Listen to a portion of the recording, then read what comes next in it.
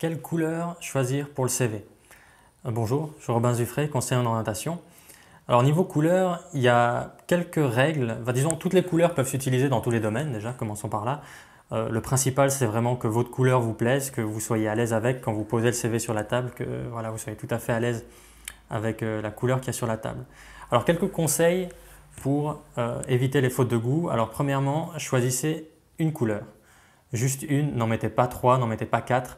Mettez une couleur, éventuellement maximum deux. Choisissez plutôt des variances d'une même couleur, style de bleu, de jaune, etc. Voilà, ça c'est la première chose. Ensuite, évitez les couleurs trop flashy.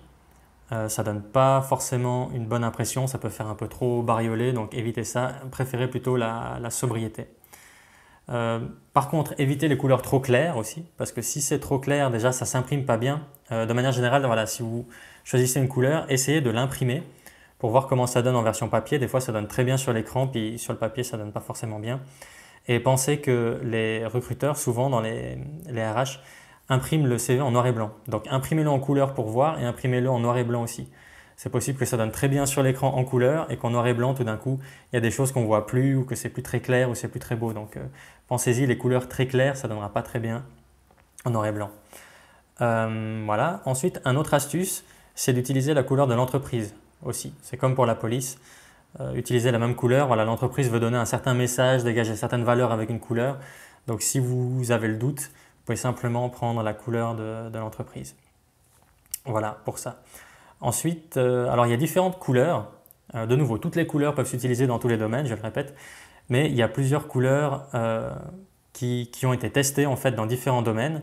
Et il y a des couleurs qui ressortent plus dans certains domaines et qui sont mieux reçues dans certains domaines. Donc je vais vous les donner. La première, bon, c'est le bleu. Le bleu, de manière générale, marche bien dans tous les domaines. Le bleu, c'est vraiment une valeur sûre. Si vous l'assortissez par exemple avec un gris, ça va très bien. Pensez que Facebook et Twitter ont choisi le bleu, par exemple. Donc c'est vraiment des entreprises qui s'adressent au plus grand nombre. Le bleu, c'est vraiment une valeur sûre. Ensuite, vous avez le rouge dans le domaine de la banque et de la finance. Ça marche très bien. De manière générale, il faut faire attention avec le rouge, mais dans la banque et la finance, ça marche assez bien. Utilisez ça avec modération. Ne faites pas des gros blocs rouges, ça peut sembler très, très agressif. Donc voilà pour le rouge. Ensuite, le rose. C'est une couleur qu'on a peut-être peur de mettre dans le CV, mais c'est une couleur qui marche assez bien dans l'animation, l'événementiel et la communication. Le vert marche bien dans l'ingénierie et l'écologie. Le jaune marche bien dans la gastronomie et la restauration. Il semblerait que le jaune donne faim. Donc voilà, prenez cette information-là. Et l'orange marche bien aussi pour la gastronomie, la communication et les métiers créatifs. Voilà.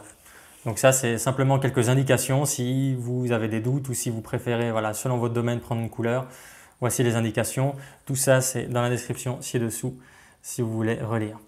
Voilà. Si vous avez d'autres questions par rapport à l'apparence du CV ou par rapport au CV en général, n'hésitez pas à me poser ces questions.